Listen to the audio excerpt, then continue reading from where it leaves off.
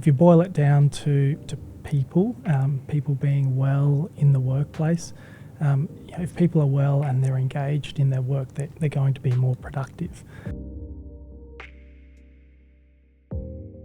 My name's Curtis Guglielmana. I'm the General Manager of Operations at Konekt, based here in Perth, Western Australia. Konekt are a workplace rehabilitation provider and injury prevention provider, and we help organisations across Australia to keep their workforce safe and well.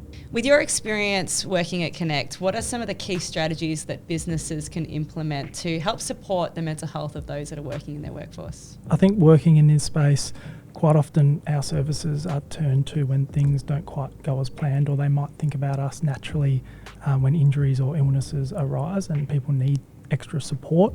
But I think ultimately, in an ideal world, organisations would invest and spend time and energy in the preventative space. So we call that primary interventions. So ensuring that everything from day dot with job postings or inclusive hiring practices, those things are well embedded within an organisation. And so what's your advice for organisations who are looking to support their employees in this space in particular, especially around mental health, on the steps that they need to take to begin to implement those strategies? Particularly small to medium employers aren't necessarily well resourced in that space. So investing in your leaders is probably a really good place to start, and the better equipped your leaders are to identify and understand the workforce, the better your chances are of identifying where things might not be going so well. How can investing in mental health initiatives actually benefit business? If you boil it down to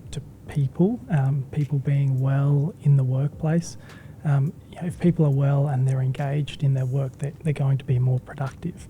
And on the flip side, if people aren't well or if they're battling, that you're going to see impacts in terms of productivity, absenteeism, and your risk with claims and other burdens from a financial perspective are quite significant. We want organisations to be investing in the front end preventative space, but also reaching out for support when it is required can create pretty good returns. What kind of training can a manager or a CEO or a leader in that space undertake to better understand the support that they may need to provide to their workplace?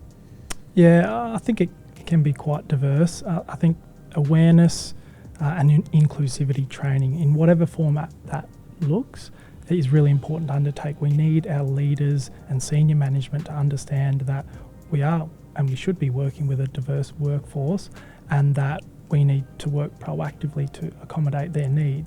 And it's one thing that I've really seen come through speaking to people that work with APM or who work as partners of APM is that the employees are always very well taken care of, and in turn it makes them better able to deliver the services out to the communities as well. Is that something that you've seen in Konekt? Yeah, absolutely. You and I both heard one of APM's employees recently speak so glowingly about their role and the passion that they have. And again, particularly within our health brands and working together with our employment services and disability employment services teams, we're all there with a similar outcome in mind.